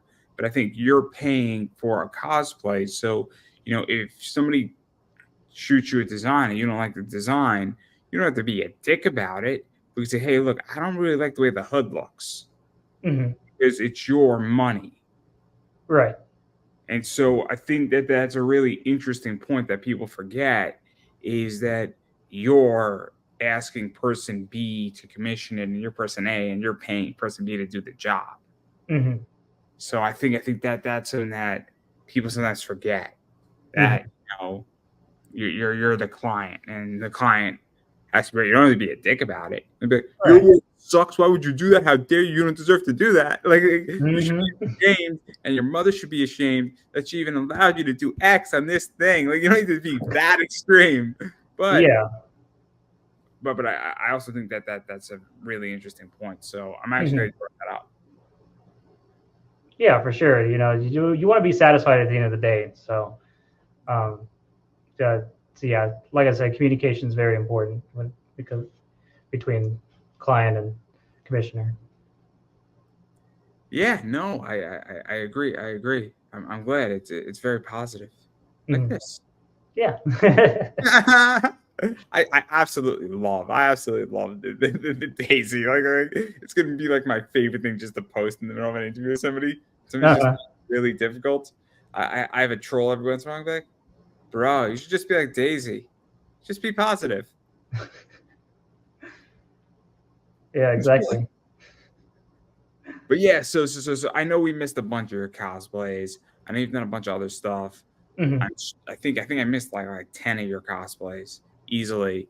But I do want to talk about a few other things outside of cosplay, outside of the some of your cosplays. But I am curious where you see all this going, because cosplay has gone into a, I don't want to say a bad point, but a interesting point.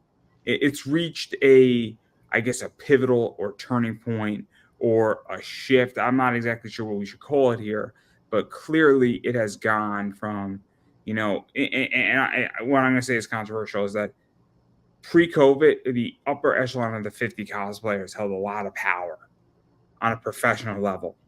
And then COVID hit, and when cons weren't happening, a lot more people were on social media. A lot more people had the ability to figure out social media. And I think those people lost power. And before, they weren't grouped together. And now the upper 50 are grouped together, collabing with each other. And there's all these other cosplayers who have now taken market share.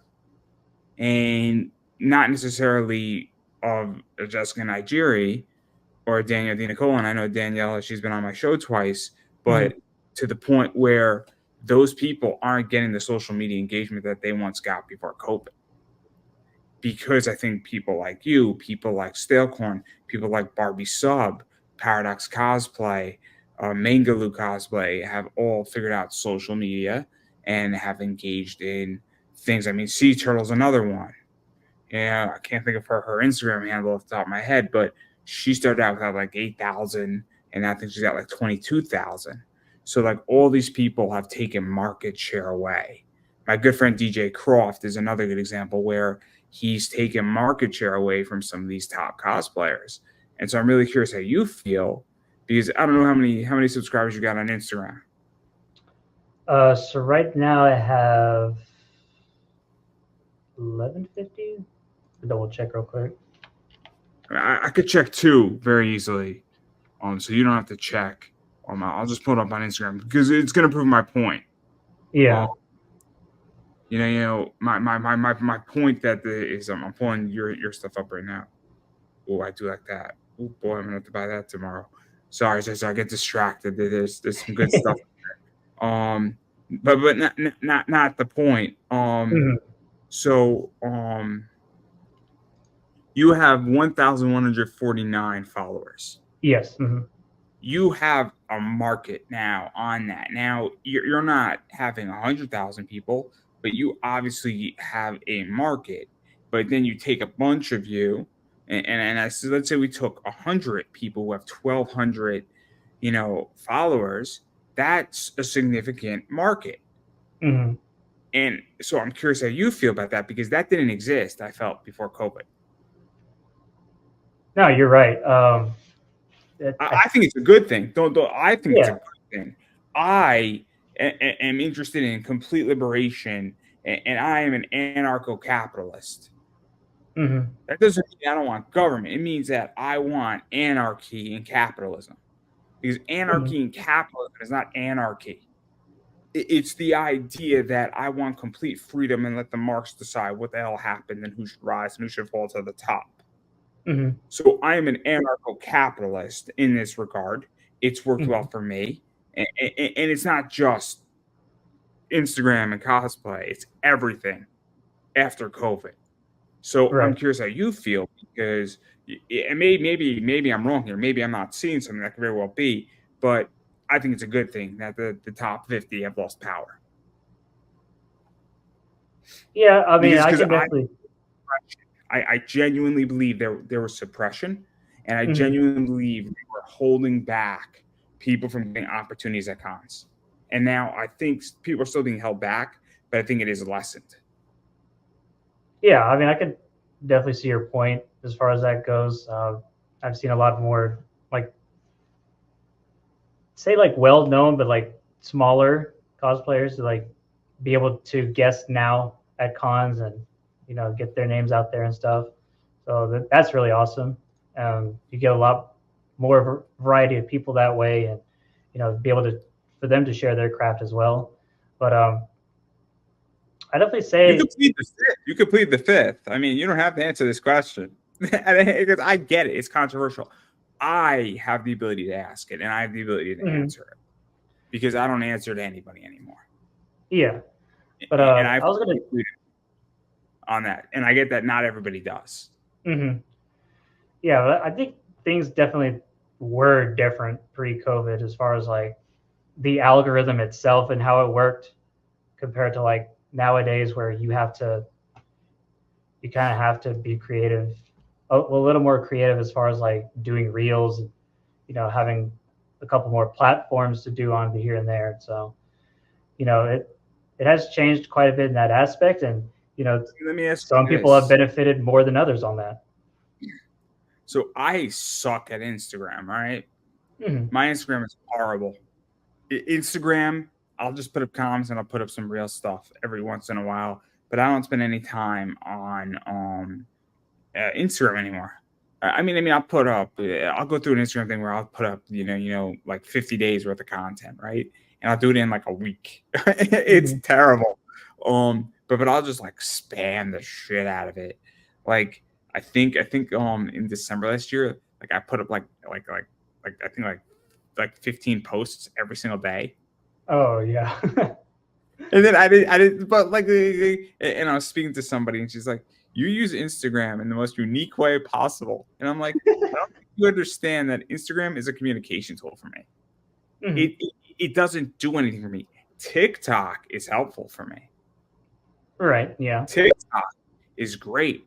I will do 1,500 views on TikTok on a reel, and that same reel will do like 50 on Instagram. It will do 50 on Facebook, and it maybe will do 200 on YouTube. But TikTok, it works perfectly for me. It's 60 seconds, and it's legitimately it just pops up, and it's amazing. But YouTube for me is killing it on both interview levels, republishing of interview, and then micro content and breaking up clips out of an interview. I'm killing it Right. on YouTube right now.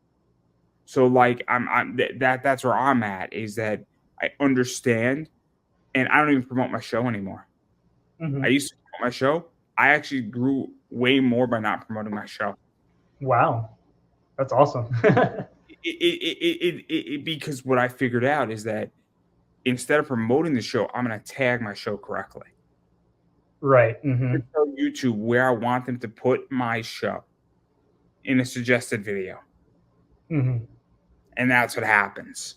And so like this is what I mean, in which that's why I asked the question about cosplay and where you think it's going, because I don't know anymore if somebody even needs to be at a con if you understand how to use Instagram, how to use YouTube, how to use TikTok, because I think you could legitimately reach 1 billion people as a cosplayer, get some serious endorsement deals, and if you enjoy cosplaying and you enjoy presenting your cosplay and doing some cool shit with it, and then you can make money and have sponsorships, and you understand the algorithm and how to tag. I mean, I don't even know if you need to be at a con. Unless, you could be at a con if you want to be, but I don't think you need to guest. I think you can make more money outside of that. And that's why I asked the question, because again, maybe I'm missing something. Maybe I'm missing the fact that you just want to be at a con as your character, which you can't really do online, the social interaction of it. But if you want to have a huge following, you don't really need to be at a con anymore. Yeah. So I mean, there was a lot there, but Sorry. no, you're good. But I think where I see it going is like, there's definitely potential for more people to have like sponsorships with it, or things like that, where you don't have to necessarily be at a convention or have to go out of your way. You can just do it right from home, But I mean, the way I see it, for me personally, I just see it as a hobby. Um, you know, that I mainly have like a full-time job that supports me in pretty much whatever I do. So for me, you know, it's just fun. Like having 1150 people following me, you know, just liking everything that I pretty much I do. Like Is it? it's awesome. Let me ask this: do you find it humbling? Yeah, yeah. It really puts things in perspective as far as like, you know, there's like almost like a decently small sized, I don't know, gymnasium or basketball court full of people, you know, enjoying my cosplay. You know what I mean? Like, So this is I've been YouTubing, right? uh-huh. This year so far, I've done about 70,000 views, and I Mm-hmm. have about 1,300 watch hours. Now, for a lot of people, that's nothing, right? Mm-hmm. I'm like, people have spent 1,300 hours watching my shit. Mm-hmm.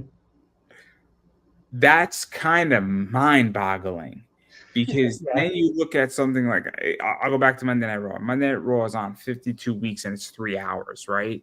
Mm-hmm. So that is 1,500 hours, and then it's six. So it's 1,500 hour, 1,506 hours worth of content. The fact that somebody is spending as much time watching Monday Night Raw for a whole year that they're watching my interviews is mind-boggling to me, because I'm not Jimmy Kimmel. I'm not Joe Rogan. I'm not, Larry King. I'm not The View. I'm not, Lex Freeman. I'm not, I can't. I'm not Larry King. Larry King is no longer with us. I love Larry King. I'm not Mm-hmm. Howard Stern. But the fact that somebody is spending as much time watching Monday Night Raw, which is an amazing television program that's been in the air for forever, it's kind of mind-boggling when you think about it. And Mm-hmm. the fact that, like, I have 783 subscribers who tune in, again, mind-boggling. So, that's what that is. And so, but again, I think it's so interesting, right? That you said it best. It puts things in perspective. Mm-hmm. But to go further into this, I mean, where do you see cons going? I think it just depends on where I'm at. So I guess for like Houston, for example, obviously we have like two big ones. We have Matsuri and Comic Palooza, and we also have like a bunch of smaller conventions as well throughout the year that are getting pretty popular, and they're getting a lot more people going to them. So I mean, obviously it just depends on the area you're in, and you know, like how good those conventions are, because sometimes with the more fan supported cons like A-Con, for example, um, you know, they can only do it for so long before, you know, not even like the sponsorships that they're able to get, you know, are enough to support it anymore. So I think it's, Let me ask you this. yeah. So I had a and I'll give you my thoughts.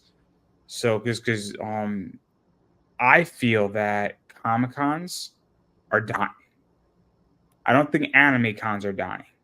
I think anime cons are specifically designed and are niched out, where they don't, for the most part, if it's a pure anime con, like Anime NYC is an anime con, right? It Mm-hmm. is not a comic con. Doesn't mean you can't sell comic books there. Doesn't mean there's not comic book vendors here and there, but it's an anime con, right? Mm-hmm. So, you're not going to have a DC panel at an anime con unless it's DC manga, right? But beyond that, but I feel Comic Cons are dying and they're becoming just pop culture events. And so you Mm-hmm. have celebrities and you have a bunch of other stuff in play. You have wrestlers, you have, voice actors, you have some comic people, you got some other entities there. You got D&D 20, you got, I can't think of whatever else there is in play, but I think that is something that is interesting, right? Because I don't know because New York Comic Con is not comics anymore. San Diego Comic Con is not a Comic Con anymore. It might be called that, but it's not that. It's everything but that. There's a small, small, small section of comics, but it's a pop culture event. Mm-hmm. So like that's how I see cons going. And I also see that what's going to eventually happen is that if I was speaking to Barbie Sub and then Baby Girl D, and then I was speaking to Paradox Cosplay, and all those three girls and those three women are in Texas, right? Mm-hmm. So I think that what they were explaining to me is that there's a lot of small cons. But when we were speaking about this and what I got out of it, maybe I misinterpreted what they were saying. But everybody could go watch it. Quick plug for me is that there's going to get a point where if you have a con every single week, one of those cons is going to have to die at some point because people are going to run out of money. So I foresee a lot of cons either disappearing or forming and merging. And I actually see cons actually becoming less and less and becoming mega cons. Mm-hmm. Because I don't see a position where you have a con every other week and then those tickets are 100, 150 bucks a pop. What was it, DreamCon? Wasn't it like $100 for a ticket for like a day pass? Yeah, I think so. Mm-hmm. That's a lot of money. And Mm-hmm. I don't know how you feel, but the COVID free money helicopter, for lack of a better word, is ending. That sentiment has ended Mm-hmm. for a lot of reasons. There's three reasons why. A, money is more expensive now. People are back in the office working in Mm-hmm. some capacity, which means you have to go to work. You might have work expenses. You have to pay for parking, your car. You have to pay for gas. Your car is probably wear and tear on it. And during COVID, if you were working for 2.5 years in your house and you were expecting to have 55,000 miles on a 3-year lease on your car, and now you only had 25,000, you don't have to fix your engine. Right. Mm-hmm. So that's what I think, but that's just my opinion. But again, I haven't been in that con in 6 years. Mm-hmm. Yeah. But I definitely see where you're coming from with that.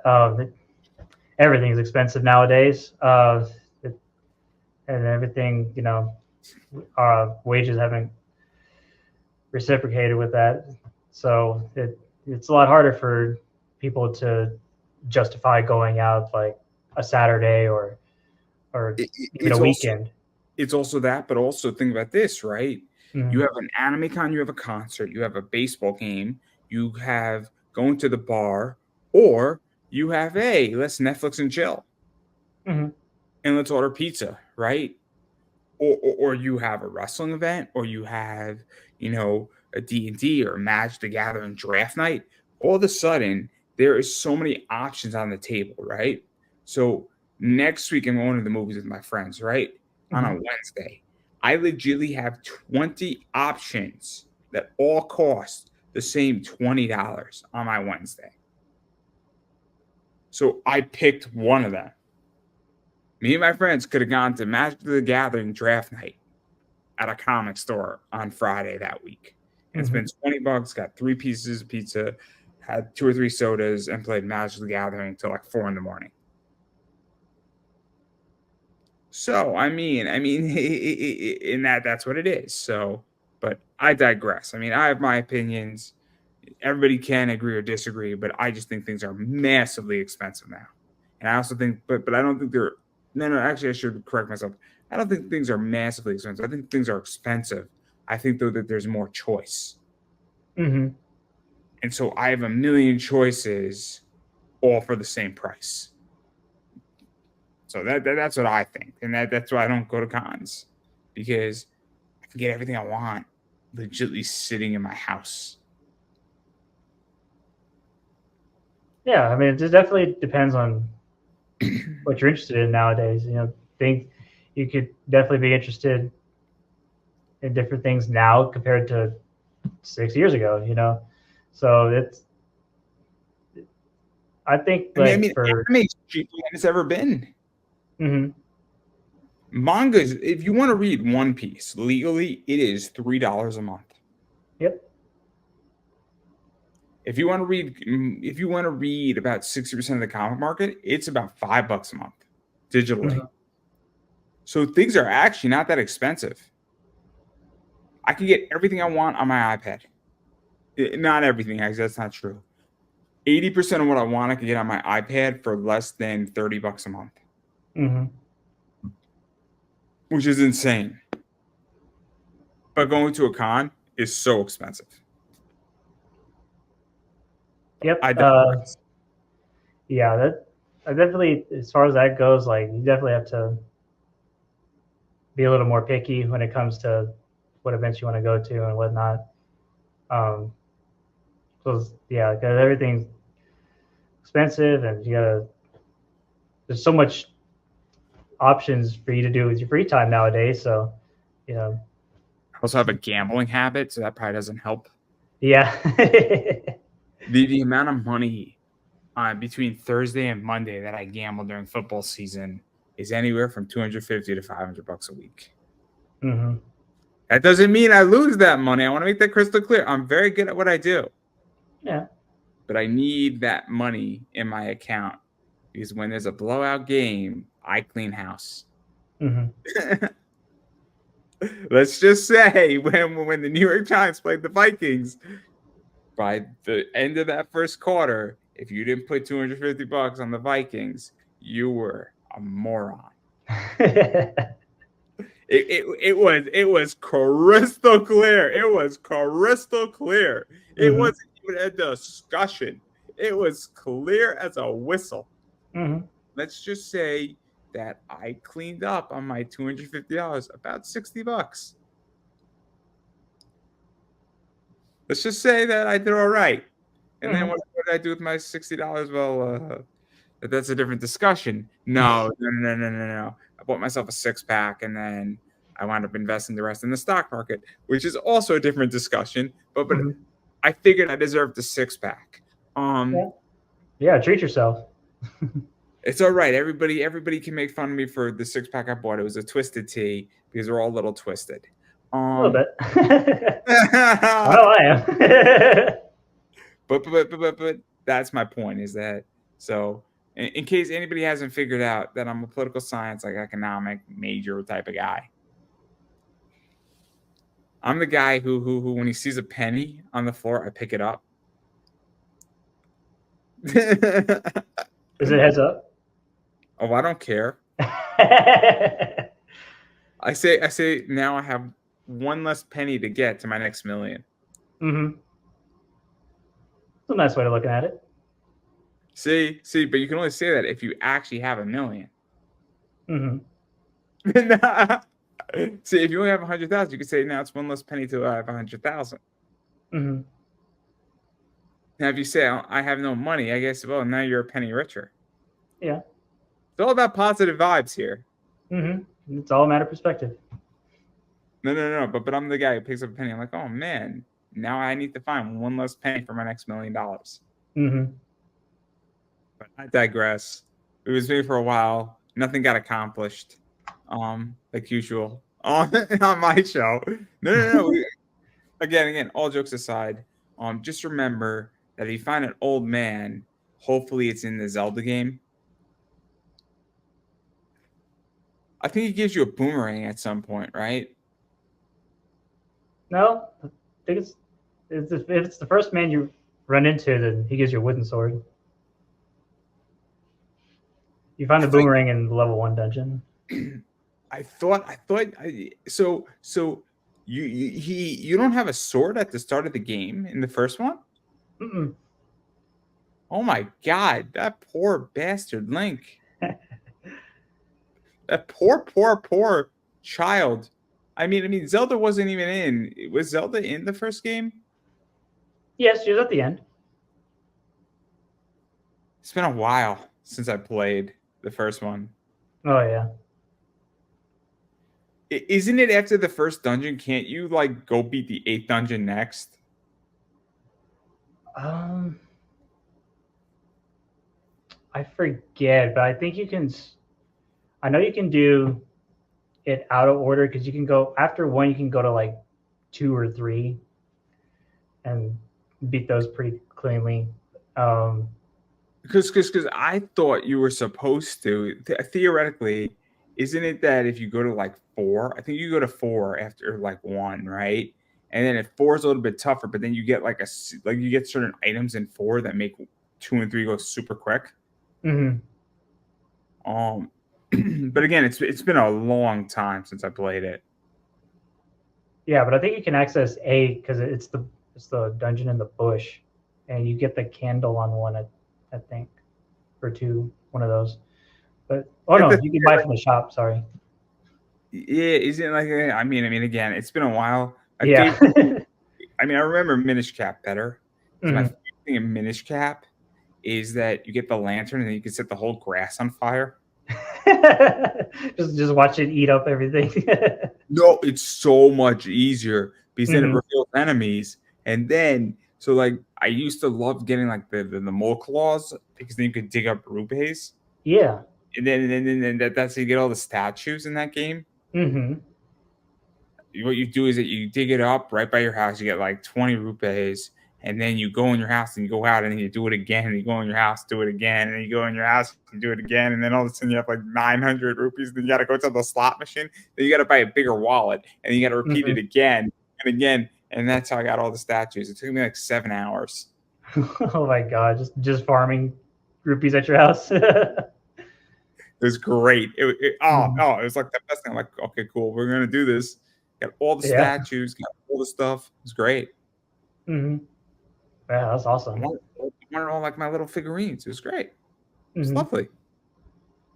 It's just like, cool, we're gonna do this. And then I got it. And then you have to stop like after like 30 minutes of that because then you gotta go through the whole thing and you gotta do it again. And it was just terrific. It's Mhm. very tedious. It, Yeah. it, it's almost as annoying as getting the mirror shield. Mhm. That was a pain in the ass. Yep. That was a pain in the ass. Cause oh my god, that just that was all those like things that were just digging. Mhm. Great shield, just a pain in the ass. But theoretically, you can't beat Minish Cap. You theoretically can't beat Minish Cap because after you beat it's I think it's Ganon, right? Or Or is Vati. it Vati? Yeah. It's like Vati, and then it's like it's whatever. Not the point though. Is that just yeah, after you beat Vati, you then get reset right before you beat him again, Mhm. which is such bullshit. Yeah, So you that's can't like the classic. you can't even flirt with Zelda, and she can't even thank you. Yeah. Such bullshit. You should be able to freely roam the world. It'd be so much Mhm. fun. It's whatever. I have my complaints about Minish Cap. It's all right. I wrote a scathing letter. Yeah. But Yeah, I kind of anyway, like. enough of Minish Cap. Mhm. Yeah, like kind of like games nowadays where after you beat the final boss, like there's actually like a post game afterwards where you can freely go around and like Did you get play star pieces on Cyberpunk? it. Did you So play? no. Oh my god, I played Cyberpunk like San Andreas. Hmm. So I did level 1 and I did level 2. I knew Jackie died. I'm sorry, spoiler alert. I liked Jackie too much that I refused to go to level 4 where Jackie dies. Hmm. And so I started fucking around in the game. So I legitly in the game, I haven't gotten past level 4. Oh wow. I have so much ammunition. I legitly could shoot bolts without even looking and locking on with my handgun. Hmm.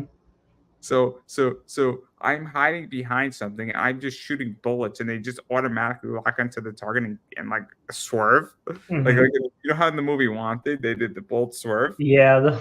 That's what happens in that game. Then it gets even better. It gets even better. I then have an infinite amount of money now that legitly that when I do beat this, I can buy anything I want to buy in that game. And every weapon upgrade I want, I'm gonna get every fucking super rare weapon I want. And I'm just like, alrighty, like what the fuck are we doing here? Like it's great. And I did all these side missions, and people are like, dude, like, why'd you spend 50 hours doing this? And I'm like, I can't let Jackie die. He's still alive in my game. So, that's that. But again, I have my own opinions. But like, I love Cyberpunk because all I can do is I can just like fuck around and shoot cops. It's great. I can kill civilians. I can jack people's cars. It is legitly like Grand Theft Auto all over. It's Oh yeah. amazing. It's amazing. And the way I play it, oh, it's so good.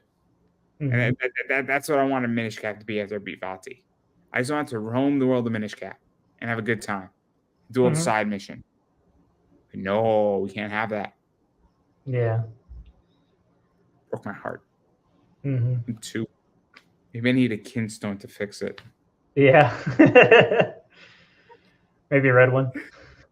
Yeah, right, a red one. Yeah, exactly. There's so many things I could say here. I grew up on this stuff. I grew up on a Game Boy. Yep, me too.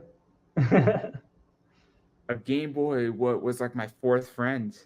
Yeah. I grew up on a Game Boy Color. It was great. I love my Game Boy Color. It's amazing. Oh man, it's just so good. But anyway, I digress. I do want to give you a chance to promote yourself, so where people find you, bother you, hit you up, check out your cosplays, support you, all that fun stuff. Yeah, so check me out on Instagram and TikTok at Rob Ez Cosplay. Also my Facebook as well. You can find me on YouTube as well. I don't really do videos anymore, but I'm always there in chat and stuff. But you can find me at Rob Ez as well. And yeah, that's pretty much it. And then, as far as I'm concerned, and I've been saying it for a while, you have to go and support people you want to see more of their content get made. And so what that means is that obviously following people on Instagram, Facebook,